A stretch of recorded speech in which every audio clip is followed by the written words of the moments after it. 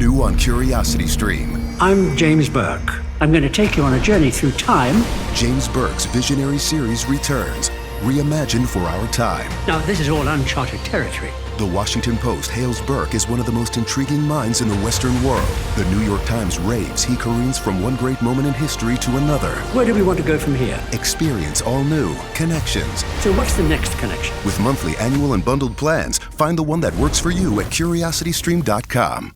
Bullet Bourbon Barbecue. It's new at Buffalo Wild Wings. A rich and smoky barbecue sauce infused with Bullet Kentucky straight bourbon whiskey.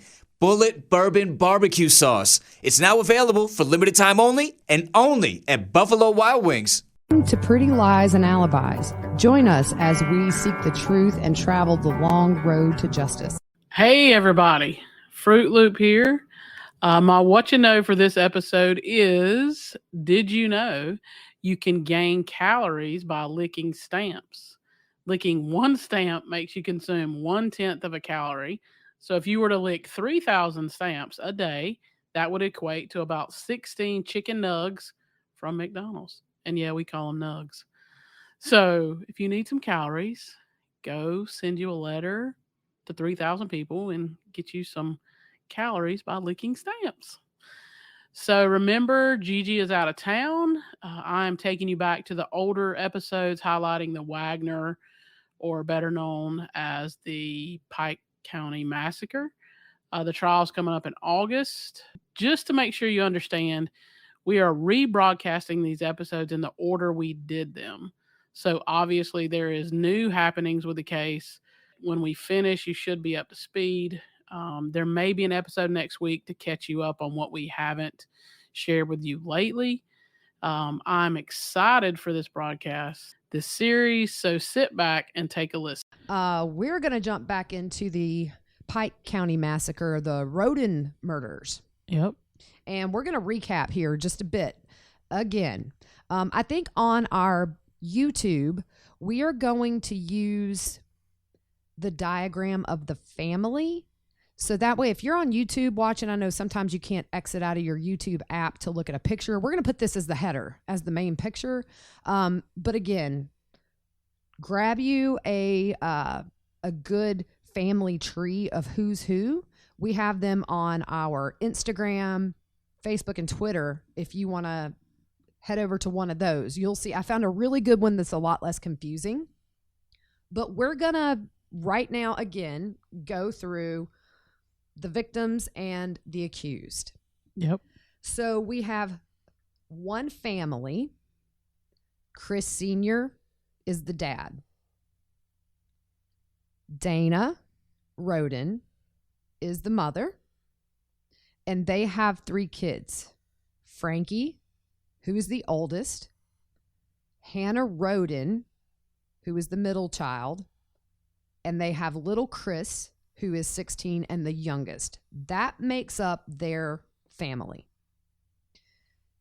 There were 3 other people that were shot that are not part of that immediate family. Hannah Gilley was Frankie's fiance, and they had a child together. And then you have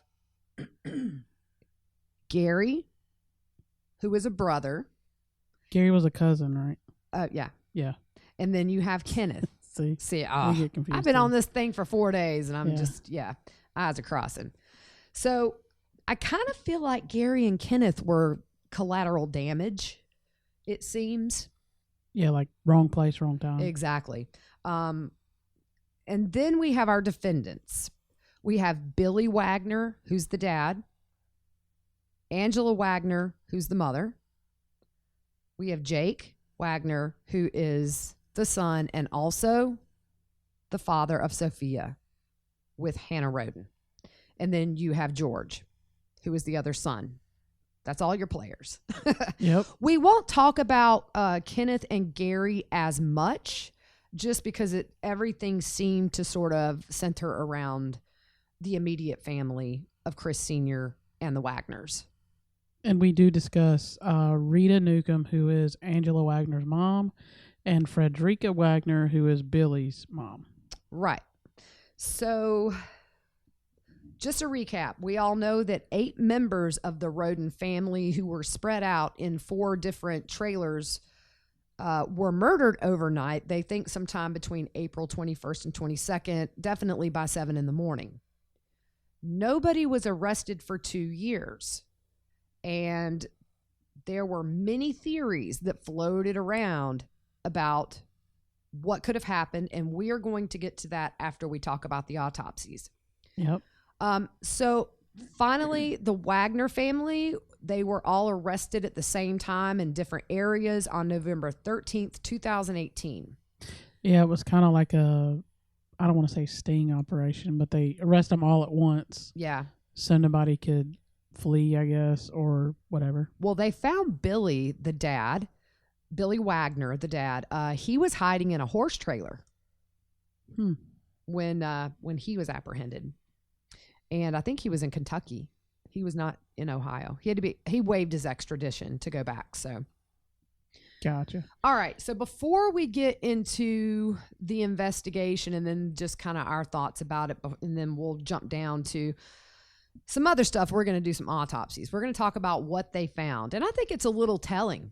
These autopsies tell a little bit of a story to me, even with how little we know from the autopsies. They were super heavily redacted. Yeah. It was like, there wasn't a lot of information. Sorry. So looking at Chris Sr., which is the dad, he was shot 9 times.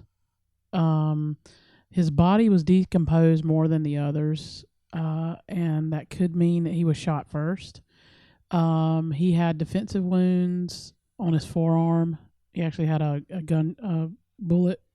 gunshot to his forearm, which thinks that, that makes you think he was defending himself. He had gunshots to his face, torso, extremities. He was found in his back bedroom. They believe he was drugged through the house to the bedroom. The way his head was tilted leads investigators to believe he was shot through the door. Yeah. And our theory is that we believe that Chris Sr. and Gary may have been awake because everybody else was found in the bed with the exception of little Chris, who was found hours later beside his bed. So it just, and to me, a defensive wound, just that's exactly where you get them when you're throwing your arms up to not get shot. Yep. And then he had some bruising on him. So it seems I would almost say there was a panicked moment before they were killed. That's what it sounds like, because I know Bobby Joe on the 911 call, she says that he was beat up, that they were beat up pretty bad. Yeah, she thought that they had been bashed in. Yeah. And yep. So then you see Frankie, which is the son. He had 3 gunshot wounds to the head, 2 of which show the gun pressed to his head due to the soot found around on his skull. It's like, I guess, gunpowder residue or something. Yeah, it's like, I thought they called it like stipling, but whatever. It just shows that he put the gun directly against his head. Yeah, and they can tell that by like the gunshot wound, how close or how far away they were. So yep. Then little Chris, he had 4 gunshot wounds to the head found on the floor beside his bed. And if you'll remember, it took a while for them to find him. So yeah, it was. In fact, when they did the first press conference about this, they only said they had 7 victims. So yeah, and then of course, a few hours later, you find out poor little Chris. He was part of it. He was part of the group that lost their life. Yep. So then you see we have Hannah Gilley, which was Frankie's fiance. She had 5 shots to the head. Hannah Roden had 2 shots to the head. Gary had 3 to the head, 2 to the head, 1 to the face. Dana was shot 5 times on the right side of her head and once under her chin. And then Kenneth had 1 to the right eye. I'm going to tell you a little theory I just popped in my head, but Hannah Gilley was shot 5 times, and that's one of the higher numbers. Yeah. Because you have 2, 3, 4, for 5. But you have to understand Charlie Gilly, who Hannah Roden is dating, that's her brother. Yeah. And we have seen some exchanges on their social medias where there were some arguments and that kind of thing. But I kind of feel like, did Jake see her as maybe the reason Hannah's dating Charlie Gilly? I don't know. There's a reason there's 5 to her, and Frankie had 3. Mm-hmm. And they're laying in the same bed. Yeah. Could it be that she woke up when Frankie was shot? Maybe. But it just, sometimes, like if you look at Kenneth, he had $1,000 in dollar bills scattered from the waist down. Yeah. It was one of them. Was it Kenneth? I think it was Kenneth. Yeah. Wasn't it? It was either him or Gary one. Yeah. And so that's very personal. That's a message. Yeah. That is literally a message. Yep. So I just thought with 5 shots to the head, that seemed excessive. Yeah. So who knows? I think that they waited until Hannah had her baby before they did any of this because they were not sure if it was Jake's or not. That's a good thought. Well, if you think about it, if they know they're gonna murder her when she gets home and settled, they wouldn't want to hurt this, possible child of Jake's. Yep. And if she dies, then the girls can be together with Jake. Yeah. So I just, I really do think the time of the murders hinged around when she delivered and got home. Yeah. So Hannah started posting some pics on her social media of Sophia with her new boyfriend. Mm-hmm. And that was like towards the end of the year. Yeah. So could this be possibly something that set Jake off? Or Angela off? Or Angela. I firmly believe she was the mastermind behind all this. I don't know why. I just do. Can I just say I'm glad I'm not in the dating world anymore? Yeah, for real. I have to deal with all this drama. Exactly. Angela, one thing I learned about her, she served in the Air Force, but only for a year. And we've not been able to find any kind of discharge papers to tell why it was only a year, because usually it's at least 2, right? Yeah, it depends on what brand. I mean, like what you're doing. Like, could be 4, 2. Yeah. Reserves, I think, might be 2. I don't know. Yeah. So back to the morning of the murders, when Bobby Joe Manley went to Chris Senior's house and Gary's house, and she found them dead. They were the only ones that were not in their beds. But the one thing she told police was that the window, I think she told police, or was it the police said something? Either way, the bedroom that Chris Sr. obviously was in, there's a picture too. I can tweet this out later. You can see where the window is raised up. And so we were just trying to figure out, is it that maybe he tried to get out the window? Because I feel like if they busted in and Gary was sitting in a chair, apparently, he's got a minute maybe while they're figuring out what they're going to do. Does he try to go out? Because I don't see the killers coming in a window. You're at a big disadvantage. Yeah. I mean, that's one way you get shot as the perpetrator. Yeah. So we don't know if law enforcement did it because of smell or anything like that, but I kind of would think, I don't think law enforcement would lift a window. I think maybe it was lifted, and it could be a nice night and he had his window open. Who knows? But that did stick out to me. Yep. So you talked about that Chris Sr. and Gary were awake and surprised by the Wagners. And we talked about the bedroom window. Here's a big question that I have, and we've discussed it. Did Jake hack their cameras? Yeah. I mean, we know they hacked their social media.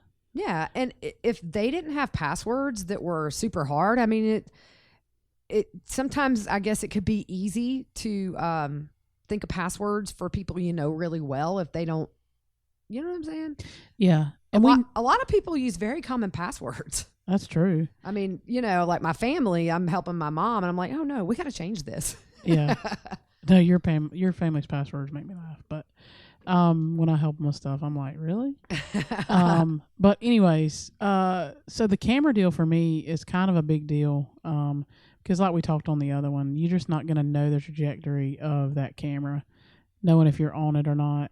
Obviously, if you're, if you can access it and see where to walk, you can avoid it and stay off of that camera. So the other way to think too is if he knew a password, he could put the app on his phone, and then with my cameras, I can adjust my sensitivity. I can turn my cameras off myself. So if you're in that app and you have that password and you turn that camera off, it shouldn't alert the other phones. No. So it doesn't record. Right. So I think that's maybe one way that they were able to. It's just a theory. Yeah, that'll be interesting to find out. Yeah, because I don't know. A family member did say that there was one security camera in a birdhouse that they did not think the killers thought of. But if he knows the password, he can go turn every one of them off and have plenty of time to do what he's got to do. Yeah. But then what you could do is, get a forensics on that and find out what device is that registered to. Oh, it's registered to Jake Wagner. Ding, ding, ding. Yeah. So they're looking into all that, I'm sure. Yep. So you have a theory on who's the mastermind? I think Angela. That's just my gut. Yeah. I don't know that Jake and Billy and George seem smart enough to do this. And I don't know them. It's just a hunch I have. From the beginning, when the Wagners were named as who they've arrested, they very quickly came out and said this revolves around custody. Yep. So you know what it reminds me of? What? It's like the mom on Kindergarten Cop with Arnold Schwarzenegger. Yes. Yeah. Yeah. So it kind of, that's the vibe I get. Yeah. Yep. So Bobby Joe. Poor Bobby Joe. Who was the first to find Chris Sr. and Gary. She was put through the ringer for a while. Yeah, and it wasn't a day or two. It was a long time. Yeah, she took lie detector tests and passed them. That had to be grueling for her. Yeah, well, grueling, and just on top of losing pretty much all of your family to be, accused of possibly doing it.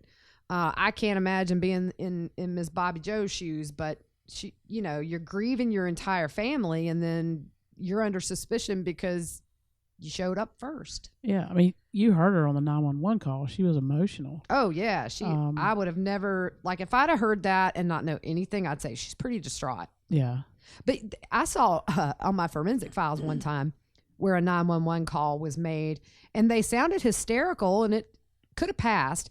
But then they brought in a voice expert who was like, no, this is straining the vocal cords to sound like you're freaking out. No way. Oh, yeah. They can tell that? I guess he told it. That's crazy. Yeah, I mean, so they brought in somebody who was analyzing a 911 call, and they were like, no, this, my professional opinion, this is straining. This is not raw emotion.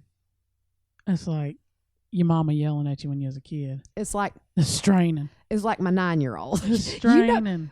You know how Sarah Rose is. She can whip up some tears. That kid's gonna have an Oscar one day. Oh, dude, I'm telling you, y'all better put money, buy stock in the Oscar. I don't know, some kind of stock, because that kid, she can do it. Oh yeah. Yep. As long as she buys me a little house by the sea. There you go. I'm good. Yep. All right. So the dogs were nowhere to be found when Bobby Joe came to the house first. Right. And then when I think it's Donald Stone was the one that found Gary Roden, and he had to stay there because when the cops came, his dog, which I think it was a pit bull named Brownie, it was wanting to go at the cops, and so he was able to go up and calm the dogs down. And so to him, he knew right then they had to have known who did this. Yeah. Those dogs are trained to be guard dogs. They're vicious. And I think across all their properties, they had like over 20 dogs. So it would have to be somebody in their opinion, and we know it was Jake, who knew those dogs. Yeah. He might have known what treats they liked, all that stuff. Oh, yeah. Yep. So you found some interesting stuff on Dana. That she was seen by a coworker the night of the murders on the phone upset. Yeah. So the night of the murders, Dana worked a double shift, which I don't think she had intended to. And so soon after the murders, people that knew and loved them and worked with them started making comments and on social media, and some talked to the press. And it was said that a coworker had seen Dana outside, and she was very upset on the call and said something to the effect of, I shouldn't have done that or whatever. We don't know what it meant, but we do know at the time there was a little bit of tension because Hannah didn't really want Charlie Gilley around, who was the father of the baby. And we know it caused some tension between her and her siblings. Yeah. There were some public Facebook exchanges from the hospital that started at the hospital about her decision to not let him up there. And we don't know why, and that's not our business. But so it seems like, it was just a crazy time in general. Yep. I think Jake, like his demeanor and everything, and him thinking Hannah leaving was a phase. Yeah, he wasn't convinced. Yeah. And I'm sure he's kind of the richer kid in town, and maybe to him, like, stay with me, you have everything you need. But I mean, there's enough out there to where statements were made about abuse, and we know Jake's attorney is trying to keep that out of court. So if you look at Hannah's social media, it's a very, very indicative of somebody who's being abused. Yeah. Whether it's physically or emotionally. I mean, emotional is the same. Abuse is abuse. And you have to keep in mind, she's 15 with a child. I mean, you're not emotionally ready to deal with somebody manipulative. And because this is a girl who's got a baby with him, and she just thinks, before things went south, that they're going to live forever.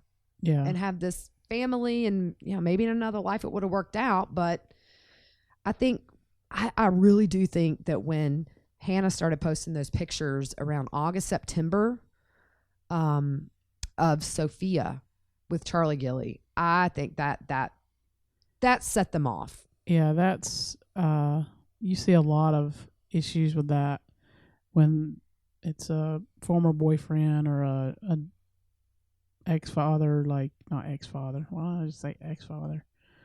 I'm sure some people claim to have ex-fathers. That's true. I've never heard that term though. I don't know why. I don't know where it came from. Like divorced parents, with a new person or whatever. And it's that's tough for them to see. So this thing that the investigators asked Bobby Joe and James was like, this is like horrible. Mm-hmm. And I know sometimes police ask questions just to see what kind of reaction you give. But they asked them how much money they made to kill the whole family. Yeah, that was according to Dana Roden's dad. He gave an interview with a news station, and yeah, that's crazy. I don't know. I mean, this poor lady, like, she sees half her family dead, and then for weeks, cops are pretty much saying she did it, and I can imagine the rumor mill in that small town. Yeah, it had to have just been like grinding all the gears. Yep. And this family who's dealing with a loss none of us could imagine, they're having to worry that everybody thinks they had something to do with it. Yeah. That's a pretty loaded question, though. Yes, yeah, it is. I think it was to get a reaction. Shock value. Yeah, to see what you get. So, all right, we're going to dive into the investigation now? Yeah, I think so. So let's see here. Donald Stone, who found Kenneth Roden, he gave an interview, and he said that there was blood everywhere. And he was choking up talking about this, and he said that he saw something that no other human should have to see. So the investigators, as soon as they arrest the Rodens, they let the public know this was about custody. Yeah. Because we had all the theories of the marijuana farms. We had the theory of little Chris had been involved. I don't think it was his fault, in a road rage incident. And the woman was sentenced 2 days before the murders, and she pled no contest to assault charges. So something happened there. She got probation, had to do community service, and had a no contact order for little Chris and Dana.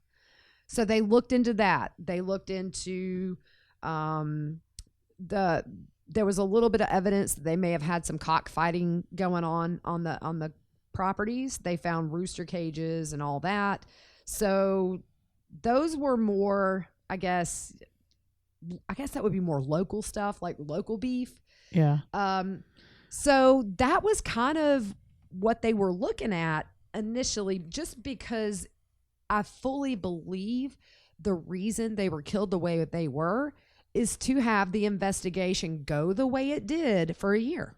Yeah, that's a good point. I mean, if Hannah and Dana and little Chris were killed and that's it, it really gives law enforcement a good idea where to go look. Yeah. That's the rest of the family knows there's a custody thing. Why would she end up dead? She just had a baby. Who would want to kill her? So I think, number one, that way nobody could say there was a big custody dispute and here's what I saw. Here's my deal with the whole issue. Like, where do you go in your brain? So you're wanting full custody of your daughter, granddaughter, great granddaughter, well, whatever. So you're wanting that full custody. So you kill the parents. Yeah. Now the kid is what, in foster care? Yeah, yeah. Because her mom's dead, her dad's in jail. Her other side of her family on her dad's side, they're in jail. So here this kid has nobody. Yeah. Yeah. And I mean, it just, I don't see where your mind goes to get to that point, but yeah. And it's tough because if Hannah felt threatened by Jake, she may have felt that in not giving him Sophia would reduce the amount of time she has to see him. We don't know, but I mean, he got her the day before the murders. So he said he wasn't allowed to see her, but he got her the day before the murders. yeah. I don't think this had anything to do. I think it's a combination of jealousy, but ultimately, I think Angela wanted those babies. Yeah. So Angela makes a statement to the Inquirer, and I think this is when they were in Alaska, correct? Buffalo Wild Wings has deals on deals on deals. Like buy one, get one half off Wing Tuesdays, buy one, get one free Boneless Thursdays, and wing bundles from $9.99. Order now at buffalowildwings.com. Are you struggling to conceive? You have options, and at Piedmont Reproductive Endocrinology Group, we'll make sure you have the guidance and support you need. PREG is known for individualized fertility care that's unique to every patient. We take the time to provide a reassuring and empowering experience because we believe that you deserve nothing less. Let us help you on your journey to parenthood. Visit us at pregonline.com to learn more. Get the guidance and support you need at Piedmont Reproductive Endocrinology Group.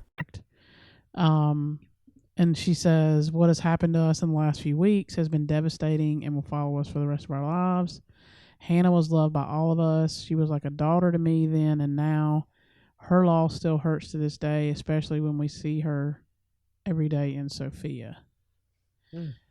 That's just sickening. It is. I couldn't lay my head down at night.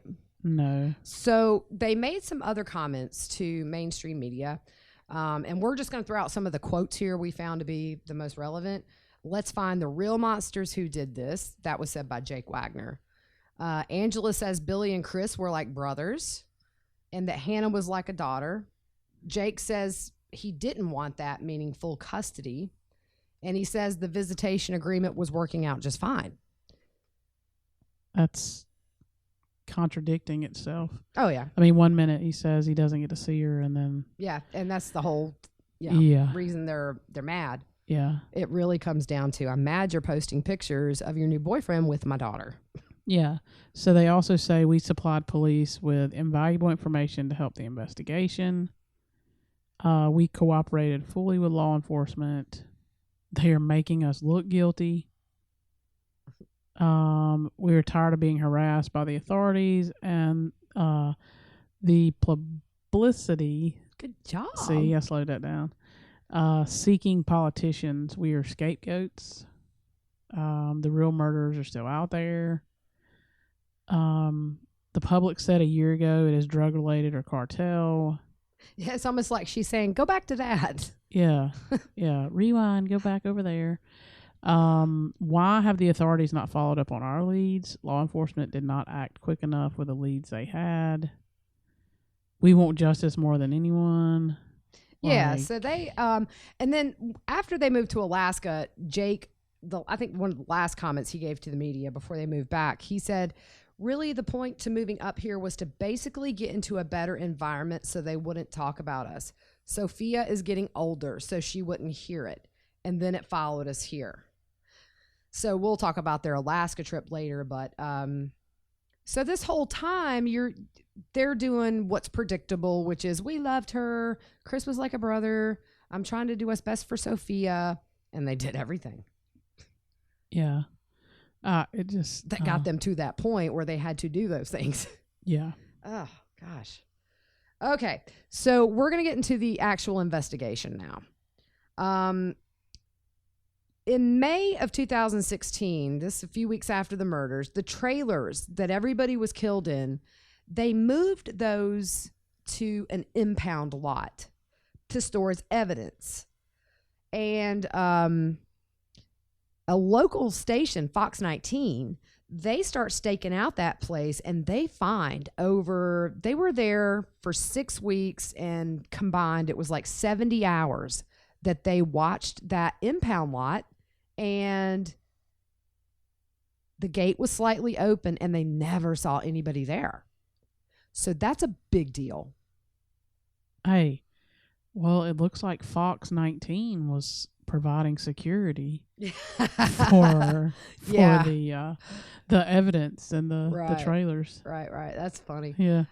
So that's a big deal. Yeah. I'm going to tell you right now, that's going to come in trial. Yeah. Whatever they're planning on doing with those trailers, I know part of it was that they wanted to protect the contents inside for the family when all this is over, because everything that was in that trailer when they were murdered is still in there. They have not been able to take anything out. Yeah, So, and they said they kept some of it for the family so they could eventually have it or whatever. I'm just thinking maybe, is one of the tactics going to be to walk the jury through those crime scenes? I mean, that's a powerful thing. Yeah. That is a powerful thing for a jury. I've honestly never heard of it. Really? Like, we've discussed, like, them not selling, like, letting somebody move in an apartment. Mm-hmm. Because of those, that walking the jury through and stuff or whatever. But I've never heard of them moving the actual whole. Oh, the crime scene. Yeah, like, I mean, they've moved over 150 cars. Yeah. Like, the trailers, like. I think they were just worried about curious people that may want to come in the middle of the night and see something, or a family member had said those trailers would have ended up burned down. Yeah. They just, whether it's people who just don't want to see it because their friends died in there, I don't know. But they really felt like they had to get it in a safe place to preserve everything. And so what they end up and did is they spent a ton of money. I think it was $100,000 or more, and built kind of a big shed that they're in now. Gotcha. So it's called a pole barn. It's kind of, I don't see where you could do this for every case, but it's kind of nice. Like, you could go back, like if you're a detective and you could go back and say, well, this here, that, you know what I mean? Yeah. So, you got your crime scene on, police property, and go do everything with a fine tooth comb. Yep. So August of 2016, Jake Wagner's property listed for sale. Yep. And then he sells it in March of 2017. Yeah, I looked it up. I think he made 140, 160 on it, something around there. And then I saw some social media posts from Angela where she was inquiring about real estate up there. And in fact, I saw the thread where she was asking about the trailer or wherever they moved in. It looked like it had, you see them a lot here down at the beach. So it's like a single wide trailer with an addition built onto it to make it bigger. So before she pulled her social media, she was inquiring about that. They were selling a lot of stuff. They were getting rid of their pigs. They were like for really cheap. They were getting rid of these beagles. They were, selling. So it really seemed like a little bit of a frenzy to get out of there. They were ready. That's odd. Yeah. That's odd. Because I think, too, if I remember right, because I read an article when the police went in at Frederica's place, that her husband was not real healthy. Mm-hmm. So that Billy was actually there helping to take care of him. Yeah. So it's kind of odd if you're helping take care of your dad. Yeah, why would you leave? To leave, yeah. Because you've killed a family of 8. True. Yeah, you know that. True. Yeah. So we talked on the last podcast. Jake looked at Hannah's social media. He was hacking in and looking at her social media for a full year after their deaths. On May 10th, Jake's property was searched. And on the next episode, we're going to go through the evidence list from each property and tell you what they got. But we're just going to go through these really quickly. May the 12th, the other properties were searched belonging to the family. And then May 13th, Fruit Loop. Yeah, Frederica's Flying W Farms is searched. And then June of 2017, Jake and Angela on Facebook, and this is to the Cincinnati Enquirer, please let's concentrate on finding the real monsters who did this. Yep. It's just deflecting. Yeah. Yeah, it's focus on who really did it. Well, we are focusing on. But you have to, from the Wagner standpoint, their property at this point, I think they had a search here, search there. But I mean, nobody's knocking on their door. So I think maybe the Wagners are like, we're good right now. Let's go. Yeah. Let's get out of here while, there's not much heat. Yeah. It wasn't really until the Wagners went to Alaska that everything kind of heated up. Yeah. As far as the investigation. Well, it's just red flags. Yeah. Like you've lived in this area, you have roots here, you have businesses here, like you have family here, so. Yeah, and they moved to Alaska, I believe it was like May of 2017. And they were back in the spring of 2018. So they were gone about a year. Yeah. And it was them. It was the family. So you have, and I'm saying the family names so you can learn them. Billy, Angela, Jake, George. They also had Sophia with them and George's little boy that he had custody of. Yeah. So they all moved 4,000 miles away, I might add. This place is about 3 hours from Anchorage. But they were just telling people that they had better jobs up there and that's where they were going to go. Yeah, and I think they had traveled through there or like vacation there or something and loved the area and stuff. So yeah, I've seen a couple of pictures of them up there. I'm just not sure what probably was after the murders because Sophia looked to be about the age she would have been. So yeah, once they got up there, they started posting on their social media. Yeah. So June of 2017, that's when the Ohio Attorney General and Sheriff Reeder asked the public for information on the Wagner family. They didn't call them persons of interest, but they really said everything but that. Yeah. The Attorney General says they were laser focused on them. They specifically wanted to know business dealings, vehicles, firearms, ammo, etc. Yeah, so I think you're starting to get that, like the frame of the puzzle put together. Yeah. And you got to start filling in those pieces. I think, I don't know. I mean, yeah, they went a year without getting caught, but I think it's one of those things where we're going to find they probably were looking at these guys, from very early on. And this is just one of those cases you've got to run the marathon and not the sprint. Definitely, because it was 2 years. But we'll talk later about the one piece of evidence they found that got everything going within a few days. Yeah, I mean, if you think about it, they could have been under surveillance in Alaska. Like, very well. I'm sure they were. Like, the Daily Mail, they kind of stalked them out up there. So, you know, when they were up there, I'd say every few weeks, they would do a story where it showed pictures of them going into Walmart with the kids, or there was one with Billy on a bike. Can I just say Billy's huge? He's tall, like 6.5 foot. yeah. I was looking at his stats. He's just a big man. Yeah. A lot of press came out, and I really wasn't closely following this case, about some of his tattoos as well, which one, he has like a triple triangle that's kind of connected, and apparently that's been linked to white supremacy, but we don't know. But that was out in mainstream media, so I do feel okay saying it on here. Yeah. But yeah, so I don't know. So what, where are we at? Like, Yeah, I'm looking too. okay, so October 30th. Yeah, there we go. 2018, investigators find the last piece of evidence, a silencer in a well. And that apparently was the smoking gun they needed to get them indicted.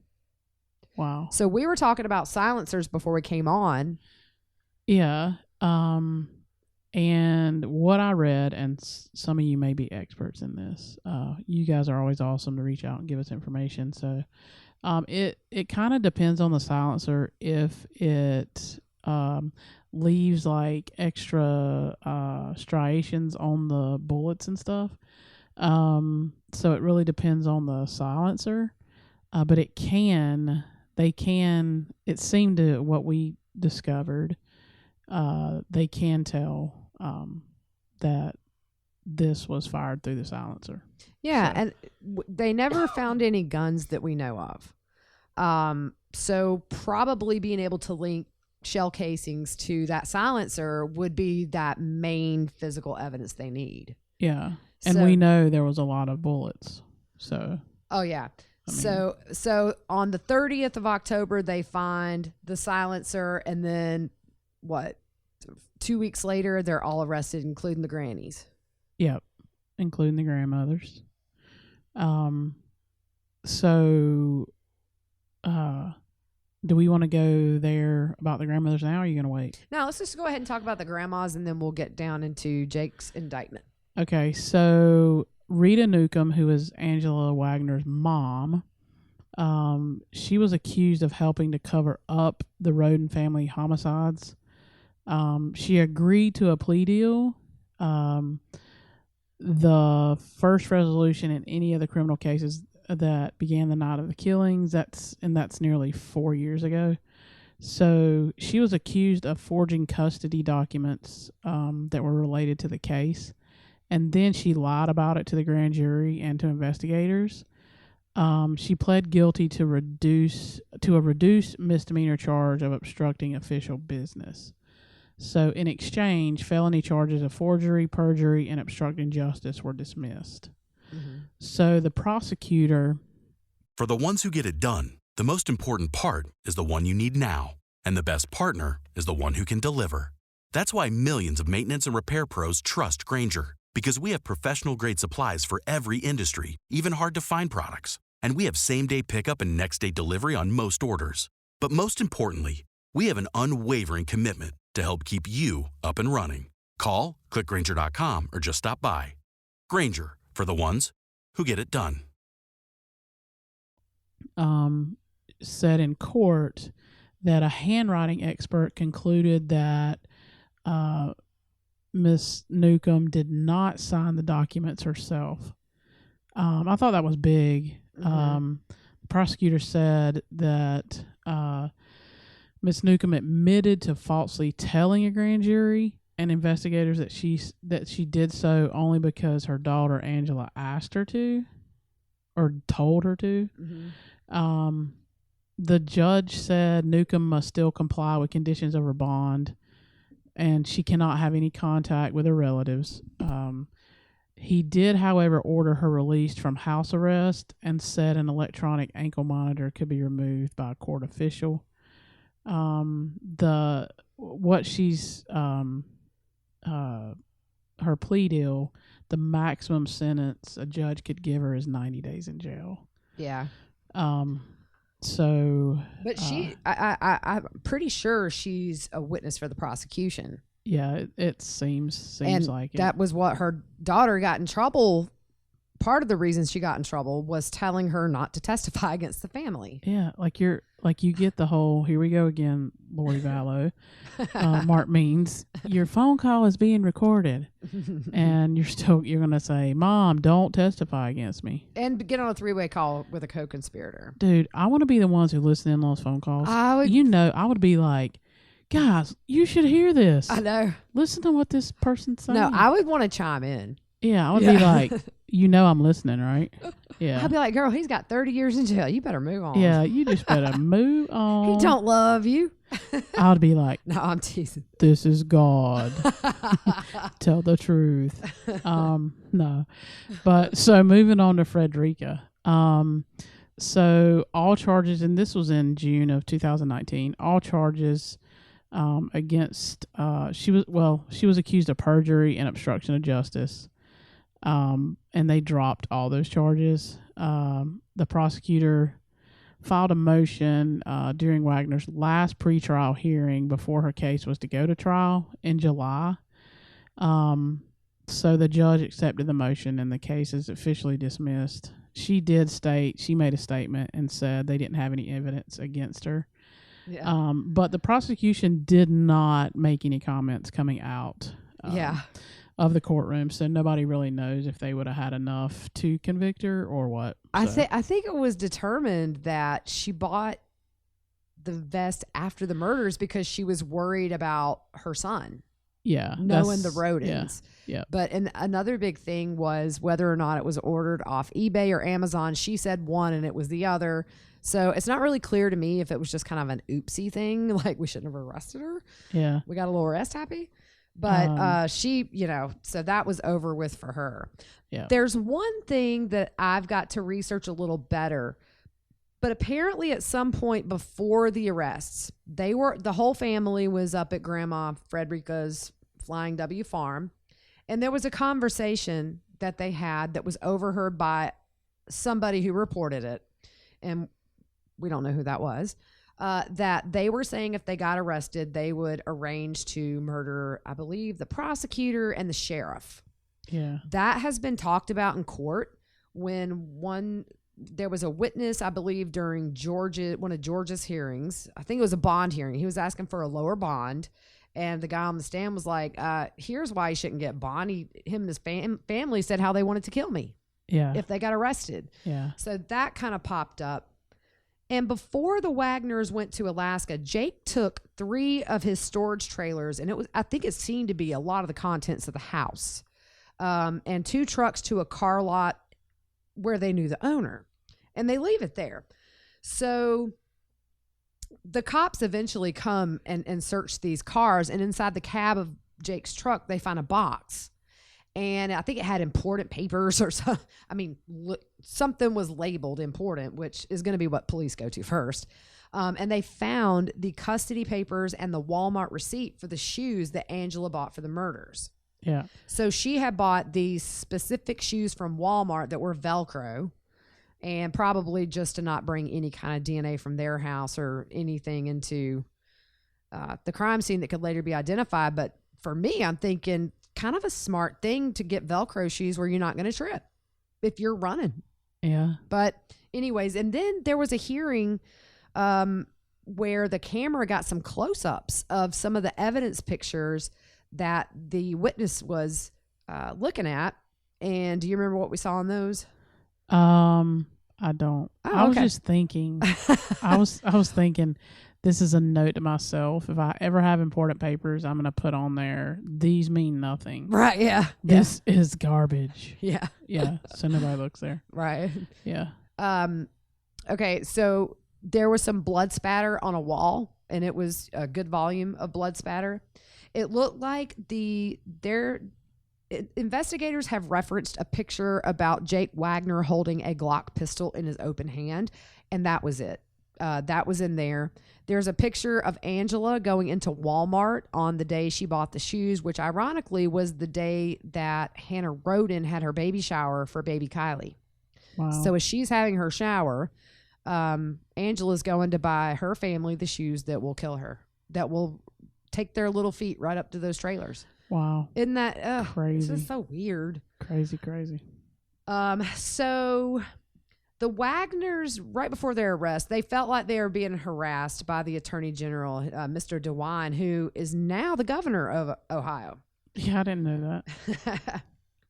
So we're just going to hop on real quick and do Jake's indictment, just a little rough summary of it. It was filed November 13th, 2018. And one of the things they put in there was the shoe purchase at Walmart. And they referenced some of the evidence against them was the brass catcher, which catches your shell casings. Yeah, I know. And somebody reached out and said that was normally on like rifles and stuff. Uh-huh. So we know there was a .22 rifle Mm-hmm. that was part of some of the guns, I think. Right. So that's probably where that comes in. So they had ammunition, magazine clip, the RF signal detector where they can maybe look and find cameras, parts to build a silencer. I think if they hadn't have found that silencer, would we have arrests? Because that's what they were waiting on. They even said, we found the piece of evidence we've been waiting for. Dude. Yeah, I mean, what if they hadn't have found that silencer? I would have looked on the well like early. I would have looked down there early on. I was going to say, like, normally people like, I know my great-grandfather hid money in a well. That'd been the first place I looked. I'd have been in there. I always think about Lassie saving Timmy from the well. Yeah. Sorry, that's so random. But yeah, I say that to my brother's dog. And he looks at me like, uh-huh. I'd say, what's the matter, boy? Timmy falling a well? Yeah. Yep. So the forging documents, talking about the custody stuff.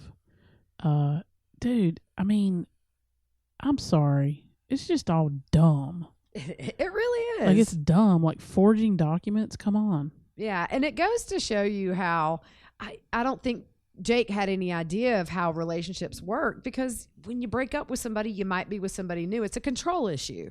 And if you think about it, had they had any wits about them, they would have said, okay, they have money.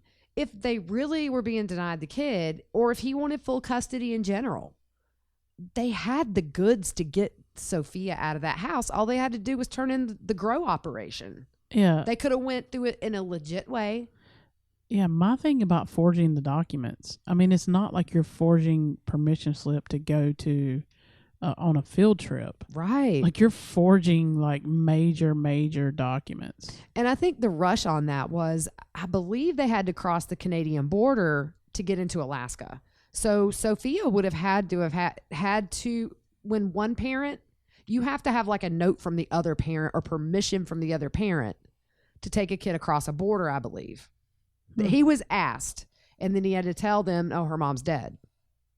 Oh, wow. So some of the theory is that the custody papers were done so quickly because they knew they wanted to move to Alaska, or maybe he just wanted to get her right out of the gate. I bet Angela and Frederica, I bet that was a battle of the alpha females. I can see it. I can see it. Angela's very smug. If you watch her in court, she seems like she wore the britches in that family. Yeah, that's what it seems like to me. Yep. I mean, you got telling your mom what to do. Yeah. Well, these kids were so attached to their parents. It's very strange. It's almost like they were perpetually, I guess, teenagers where they're still home. I mean, it's just, from people that knew them, it seems like they didn't make any decisions outside of that house, whether it was a decision that Jake needed to make about his relationship or anything like that.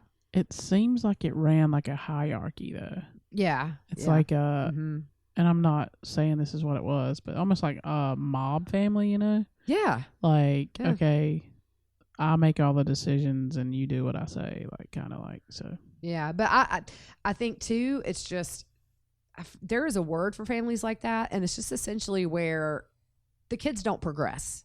Yeah. They're kind of stuck. And so they're with mom and dad all day. They eat 3 meals a day with mom and dad. They live with mom and dad, whatever. It's like they can't make their PB&J by themselves. Like my son just, came in here 10 minutes ago and about called me mommy dearest because I won't feed him 3 peanut butter and jelly sandwiches.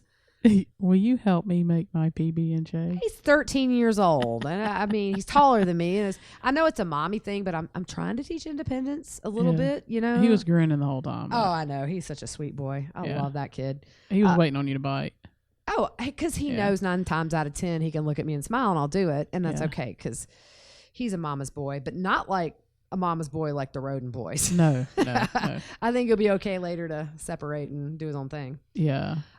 So they just did a lot, and we talked about it on the last one, counter surveillance just of the properties, the pets. They monitored all the social media accounts and all that was named in the indictment. Dude, I'm going to tell you, I think surveillance in those areas, and I've just looked at overhead views, so I've obviously not driven through there, but it seems like it would be very hard to surveillance an area like that. It's all trees. Yeah, and it's not like you're in New York City where there's 10 million people, and you can just blend in and be like, okay, I'm following you, and you don't even know it. Like if your car is parked near the house on the side of the road or whatever, like I'm going to know. Right, yeah. Because there's nothing out there. I think a lot of it probably stemmed from that grow operation. Yeah. Just to keep an eye on their plants and stuff. Yeah. I'm just talking about in general, like them doing surveillance on the rodents. Following, you know what I mean? Like seeing their routines and following them and all that stuff. Yeah. Like to me, that's like, I don't know how you did it. I will quote, somebody commented on our social media that's from there and says, yeah, it's in the sticks. Yeah. It seems it. I mean, so I just don't know how do you run surveillance like that with not a lot of people around? Yeah, I wonder. I don't know. Yeah, I don't know either. But I think that's probably a good little stopping point for us. Yeah. So we're just giving you little bits and pieces because once you sort of absorb all this and have a good grip on who everybody is, man, this is going to be a long, drawn out case and 4 trials. And the reason they're not trying them as co-conspirators like Chad and Lori is because this is a death penalty case, I believe. I'm pretty sure they're going to go for that. So they can't be co-conspirators in that. Yeah. It's when you have a death penalty case, I think you have to have like 2 very specific attorneys on your team. And there's a lot of things you have to do. Hey guys, thanks for listening. Tune in tomorrow for more coverage on the Pike County Massacre. We will continue to catch you up on this case, and we will see you tomorrow. With Lucky Land Slots, you can get lucky just about anywhere. Dearly beloved, we are gathered here today to... Has anyone seen the bride and groom? Sorry, we're here. We were getting lucky in the limo, and we lost track of time. No, Lucky Land Casino, with cash prizes that add up quicker than a guest registry. In that case, I pronounce you lucky. Play for free at LuckyLandSlots.com. Daily bonuses are waiting. No purchase necessary. Void where prohibited by law. 18+. Terms and conditions apply. See website for details. Lucky Land Casino, asking people, what's the weirdest place you've gotten lucky? Lucky? In line at the deli, I guess? Aha, in my dentist's office. More than once, actually. Do I have to say? Yes, you do. In the car before my kids' PTA meeting. Really? Yes. Excuse me, what's the weirdest place you've gotten lucky? I never win and tell. Well, there you have it. You can get lucky anywhere, playing at LuckyLandSlots.com. Play for free right now. Are you feeling lucky? No purchase necessary. Void where prohibited by law. 18+. Terms and conditions apply. See website for details.